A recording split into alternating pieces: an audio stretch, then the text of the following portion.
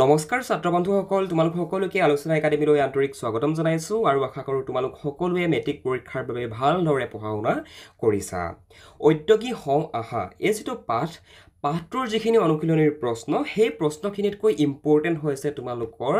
ঔদ্যোগিক হওঁ আহা পাঠটোৰ ভিতৰৰ প্ৰশ্নখিনি। তোমালোকৰ মেট্ৰিক পৰীক্ষাত অনুশীলনীৰ পৰা যিমান প্ৰশ্ন আহিব তাতকৈ বেছি প্ৰশ্ন পাঠটোৰ ভিতৰৰ পৰা আহিব। গতিকে আজিৰ এইটো ক্লাছ সম্পূৰ্ণ শেষলৈকে চাবা। তোমালোকক পাঠটোৰ ভিতৰৰ যিখিনি আটাইতকৈ ইম্পৰ্টেণ্ট তোমালোকৰ কাৰণে প্ৰয়োজনীয় প্ৰশ্নোত্তৰ প্ৰতিটো প্ৰশ্নোত্তৰ তোমালোকে আজিৰ এইটো ক্লাছতে পাবা।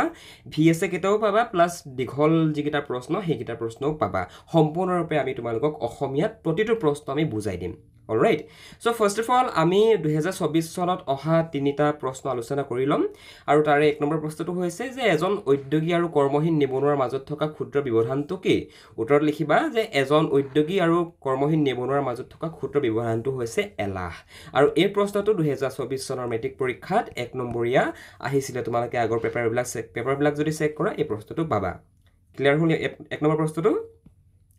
এজন সফল উদ্যোগী হ'বলৈ কি কি গুণৰ প্ৰয়োজন? এই যিটো প্ৰশ্ন এই প্ৰশ্নটো তোমালোকৰ বাবে খুবেই ইম্পৰ্টেণ্ট। 2025-26টো অলৰেডি পাৰ হ'লে 26-27 চনতো মানে যেতিয়ালৈকে চিলেবাছ চেঞ্জ নহয় এইটো প্ৰশ্ন তোমালোকৰ পৰীক্ষাত অহাৰ সম্ভাৱনা কিন্তু খুবেই বেছি আছে। ঠিক আছে, উত্তৰত লিখিবা এজন সফল উদ্যোগী হ'বৰ বাবে ধৈৰ্য, এটাৰ সৃজনশীল মন, একাগ্ৰতা, সময়ানুৱৰ্তিতা, নিয়মানুৱৰ্তিতা আৰু আত্মবিশ্বাস, লগতে হাৰ নমনা মনোবৃত্তি, এই গুণখিনিৰ প্ৰয়োজন। তুমিও যদি এজন নিজকে জীৱনত সফল উদ্যোগী হিচাপে নিজকে এষ্টাব্লিছ কৰিবলৈ বিচৰা তেনেহ'লে তোমাৰ যিটো মনটো এটা সৃজনশীল মন হ'ব লাগিব। তোমাৰ কাম কৰিবৰ কাৰণে যিটো কাম কৰিছা সেই কামৰ প্ৰতি তোমাৰ একাগ্ৰতা থাকিব লাগিব। তুমি সময়ানুৱৰ্তিতা হ'ব লাগিব, নিয়মানুৱৰ্তিতা হ'ব লাগিব, নিজৰ ওপৰত তোমাৰ আত্মবিশ্বাস থাকিব লাগিব। আত্মবিশ্বাস বুলি কয় যে মানে যিজন ব্যক্তিৰ নিজৰ ওপৰত বিশ্বাস থাকে সেইজন ব্যক্তিৰেই আত্মবিশ্বাস আছে বুলি কওঁ। আত্মবিশ্বাস মানে বুজি পাইছা মানে চেল্ফ কনফিডেন্স আৰু। অলৰাইট, আত্মবিশ্বাস থাকিব লাগিব আৰু মোষ্ট ইম্পৰ্টেণ্টলি হাৰ নমনা মনোবৃত্তিৰ হ'ব লাগিব। তোমালোকে নিশ্চয় ইংৰাজীত এটা শব্দ নেভাৰ গিভ আপ শুনিছা চাগে, হয়নে? তো এইখিনি গুণৰ অধিকাৰী হ'লেহে এজন ব্যক্তি তথা তুমিও ময়ো সফল উদ্যোগী হ'বগৈ পাৰিম। 2 নম্বৰ প্ৰশ্নটো বুজি পালা ভালদৰে? নেক্সট কুৱেশ্যনটো ডিছকাশ্যন নকৰাৰ আগতে ভাইটি ভণ্টিসকল, তোমালোকৰ যিসকল ছাত্ৰ ছাত্ৰী অসমীয়া নতুবা ইংৰাজী মাধ্যমৰ পৰা আমাৰ এই ভিডিঅ' ক্লাছটো ইউটিউবত চাই আছা, তোমালোকে অসমীয়া বিষয়টোত যদি নিজকে দুৰ্বল অনুভৱ কৰা আৰু ঘৰতে বহি যদি হোৱাটছএপৰ জৰিয়তে অসমীয়া বিষয়টোৰ ওপৰত এটা কোচিং কৰিব বিচৰা তেনেহ'লে অনুগ্ৰহ কৰি তোমালোকৰ মোবাইলৰ স্ক্ৰীণত যিটো হোৱাটছএপ নাম্বাৰ ওলাই আছে এই নাম্বাৰত আমালৈ ফোন নতুবা মেছেজ কৰা। আমি তোমালোকক সম্পূৰ্ণৰূপে সহায় সহযোগিতা আগবঢ়াম। আমি তোমালোকক অসমীয়া বিষয়ৰ প্ৰতিটো পাঠ শুদ্ধ সহজ সৰল অসমীয়াত পঢ়াই দিয়াৰ লগতে পাঠৰ ভিতৰৰ প্ৰশ্ন, অনুশীলনীৰ প্ৰশ্নৰ লগতে তোমালোকৰ মেট্ৰিক পৰীক্ষাৰ কাৰণে প্ৰতিটো পাঠৰ কেনেকুৱা ধৰণৰ প্ৰশ্ন চাব লাগিব আমি প্ৰতিটো কথা তোমালোকক বুজাই দিওঁ। গতিকে তোমালোকৰ যিসকল ছাত্ৰ ছাত্ৰী অসমীয়া নতুবা ইংৰাজী মাধ্যমৰ পৰা বিলং কৰা, তোমালোকে যদি অসমীয়া বিষয়টোত এতিয়াও দুৰ্বল হৈ আছা অনুগ্ৰহ কৰি আমাক যোগাযোগ কৰা। আমাৰ ইউটিউবৰ ক্লাছখিনি যদি কৰি ভাল পোৱা আমি তোমালোকক সম্পূৰ্ণৰূপে সহায় সহযোগিতা আগবঢ়াম। এতিয়া ব'লা আমি আমাৰ দ্বিতীয় প্ৰশ্নটোৰ ফালে আগবাঢ়ো। উদ্যোগী পুৰুষ সিংহৰ সমান, এলেহুৱা কাপুৰুষৰ নিচান। শিক্ষকগৰাকীয়ে এইদৰে কিয় কৈছিলে বুজাই লিখা। এই প্ৰশ্নটো তোমালোকৰ 24 চনতটো অলৰেডি আহিছে, লগতে 2 নতুবা 3 নম্বৰ তোমালোকৰ আকৌ যদি আহে তেনেহ'লে আহিব। মেক্সিমাম তোমালোকক 2 নম্বৰ দিব এইটো প্ৰশ্নত। উত্তৰত কি বুলি লিখিবা মন কৰা যে অসমীয়াত এষাৰ কথা আছে, উদ্যোগী পুৰুষ সিংহৰ সমান আৰু এলেহুৱা কাপুৰুষৰ নিচান। অসমীয়াত এষাৰ কথা আছে বুলি আৰম্ভ কৰিবা, তাৰ পৰা লিখিবা যে উদ্যোগী পুৰুষ সিংহৰ সমান আৰু এলেহুৱা কাপুৰুষৰ নিচান। এজন উদ্যোগী হ'বৰ বাবে কোনো বিশ্ববিদ্যালয়ৰ ডাঙৰ ডিগ্ৰী নালাগে। তুমিও নতুবা ময়ো যদি ইন ফিউচাৰ যদি এজন নিজকে সফল উদ্যোগী হিচাপে সজাব বিচাৰোঁ নতুবা নিজকে গঠন দিব বিচাৰোঁ তেনেহ'লে আমাক কোনো ধৰণৰ মানে আনুষ্ঠানিক শিক্ষা আমাক দৰকাৰ নাথাকে। মানে এজন উদ্যোগী হ'বৰ কাৰণে, এজন এণ্ট্ৰপ্ৰেনিয়ৰ হ'বৰ কাৰণে আমাক কোনো ধৰণৰ বিশ্ববিদ্যালয় নতুবা কলেজৰ আনুষ্ঠানিক শিক্ষাৰ প্ৰয়োজন নাথাকে। অৱশ্যে কি ব্যৱসায় আৰম্ভ কৰিব সেইটোৰ ওপৰতহে শিক্ষাগত অৰ্হতা নিৰ্ভৰ কৰে। উদাহৰণস্বৰূপে গেলামালৰ দোকান খুলিবলৈ বুদ্ধি আৰু সাধাৰণ জ্ঞান থাকিলেই হ'ব। মানে তুমি কোনটো বিষয়ত নিজকে এণ্ট্ৰপ্ৰেনিয়ৰ বনাব বিচৰা, তুমি কোনটো বিষয়ত তুমি নিজকে উদ্যোগী হিচাপে নিজকে গ্ৰ' কৰিব বিচৰা সেইটো তোমাৰ নিজৰ ওপৰত ডিপেণ্ড কৰে তুমি যদি এখন গেলামালৰ দোকান খুলিবলৈ বিচৰা তোমাৰ তাততো BA নতুবা MA ডিগ্ৰী নালাগে কথাটো বুজি পাইছানে একেবাৰে চিম্পল লজিক হয় কিন্তু তাৰ বিপৰীতে তুমি যদি এখন মোবাইল ফোন ৰিপেয়াৰ কৰা এখন দোকান খুলিবলৈ যোৱা তেনেহ'লে তুমিতো জানিব লাগিব আৰু সেইটো বিষয়ে তুমি পঢ়া শুনা কৰিব লাগিব তো সেইটো কথাকে বুজাইছে যে এজন উদ্যোগী হ'বৰ বাবে কোনো বিশ্ববিদ্যালয়ৰ ডিগ্ৰী নাথাকে কিন্তু কি ব্যৱসায় আৰম্ভ কৰিব সেইটোৰ ওপৰতহে শিক্ষাগত অৰ্হতা নিৰ্ভৰ কৰে উদাহৰণস্বৰূপে গেলামালৰ দোকান খুলিবলৈ বুদ্ধি আৰু সাধাৰণ জ্ঞান থাকিলেই হ'ব যিকোনো বিষয়ত ব্যৱসায় কৰিবলৈ হ'লে ধৈৰ্যশীল আৰু কৰ্মী হ'ব লাগিব যিকোনো বিষয়তে তুমি যদি ব্যৱসায় আৰম্ভ কৰিব বিচৰা তোমাৰ ধৈৰ্য থাকিব লাগিব আৰু তুমি কৰ্মী হ'ব লাগিব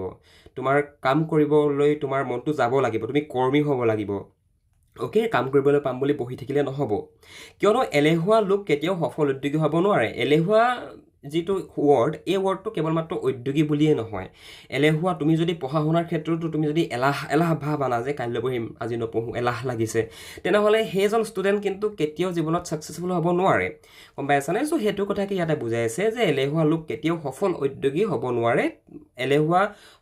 এলেহুৱা হ'লে উদ্যোগী বুলিয়ে নহয় এলেহুৱা হ'লে জীৱনত একোৱেই কৰিব নোৱাৰে আৰু সেয়েহে ধৈৰ্য একাগ্ৰতা সময়ানুৱৰ্তিতা নিয়মানুৱৰ্তিতা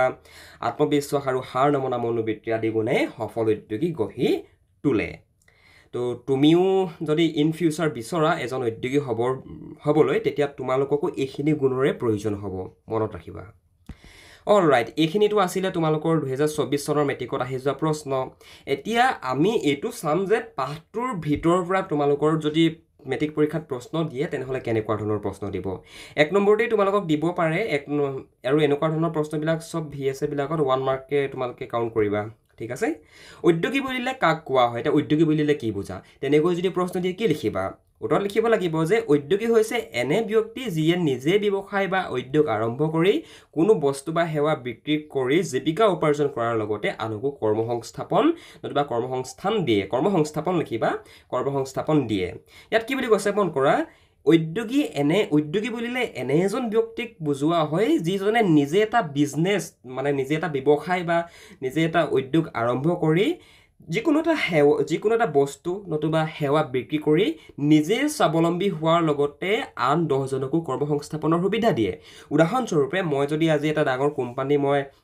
এষ্টাব্লিছ কৰোঁ মই যদি ডাঙৰ এটা কোম্পানী গঢ়োঁ তেনেহ'লে সেই কোম্পানীটোৰ কাম কৰিবৰ কাৰণে মানুহৰ প্ৰয়োজন হ'ব এতিয়া মোৰ আণ্ডাৰত যদি সেই কোম্পানীটোত 1000জন মানুহেও যদি কাম কৰে তেনেহ'লে সেই 1000জনে কৰ্মসংস্থাপন পালে নে নাপালে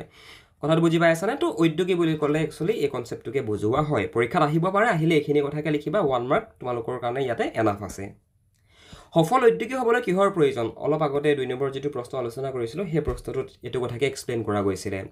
এজন সফল উদ্যোগী হ'বলৈ আমাক ধৈৰ্য একাগ্ৰতা সময়ানুৱৰ্তিতা নিয়মানুৱৰ্তিতা আত্মবিশ্বাস আৰু হাৰ নমনা মনোবৃত্তিৰ আমাক প্ৰয়োজন হ'ব ইনফোসিস কোম্পানীৰ প্ৰতিষ্ঠাপক কোন নতুবা ইনফোসিস কোম্পানী কোনে প্ৰতিষ্ঠা কৰিছিল এই প্ৰশ্নটো খুবেই ইম্পৰ্টেণ্ট প্ৰশ্ন হয় পৰীক্ষাত অহাৰ খুবেই সম্ভাৱনা আছে প্ৰশ্নটো অলৰাইট তো ইনফোসিস নামৰ যিটো কোম্পানী ইনফোসিস নামৰ কোম্পানীটোৰ প্ৰতিষ্ঠাতা নতুবা প্ৰতিষ্ঠাপক হৈছে নাৰায়ণ মূৰ্তি এই নামটো মনত ৰাখিবা এইটো প্ৰশ্ন পৰীক্ষাত অহাৰ খুব সম্ভাৱনা আছে কিনাটো ষ্টাৰ মাৰ্ক এটাও দিবা ধীৰুভাই আম্বানীয়ে প্ৰথমে কি ব্যৱসায় আৰম্ভ কৰিছিল উত্তৰত লিখিবা কাপোৰৰ ব্যৱসায় আৰম্ভ কৰিছিল বৰ্তমান যে আমি জিঅ' সিম ইউজ কৰোঁ এতিয়া আমি ৰিলায়েন্স গ্ৰুপৰ বিষয়ে যে আমি শুনিছোঁ আমি এতিয়া যিখন সিম ইউজ কৰোঁ ৰিলায়েন্স জিঅ' বুলি কোৱা হয় এতিয়া সেই মুকেশ আম্বানীৰ হৈছে ৰিলায়েন্সটো অলৰাইট এতিয়া মুকেশ আম্বানীৰ যিসকল পূৰ্বপুৰুষ for example Dhirubhai Ambani alright তো ধীৰুভাই আম্বানীয়ে পোনপ্ৰথমতে কাপোৰৰ বিজনেছ কৰিছিল তাৰ পাছত সেই কাপোৰৰ ব্যৱসায়টো বঢ়াই আমি যদি বৰ্তমান সময়ত চাওঁ তেনেহ'লে ৰিলায়েন্স গ্ৰুপে আমাৰ ইণ্ডিয়াত নকৰিবলগীয়া কামেই নাই পেট্ৰলৰ পৰা আৰম্ভ কৰি পিনে টেলিকমৰ পৰা আৰম্ভ কৰি পিনে প্ৰতিটো ছেক্টৰতে ৰিলায়েন্স গ্ৰুপ আছে অলৰাইট তুমি যিখন সিম ব্যৱহাৰ কৰা জিঅ' সিমটো সেই জিঅ' সিমখনো এই ৰিলায়েন্স গ্ৰুপৰে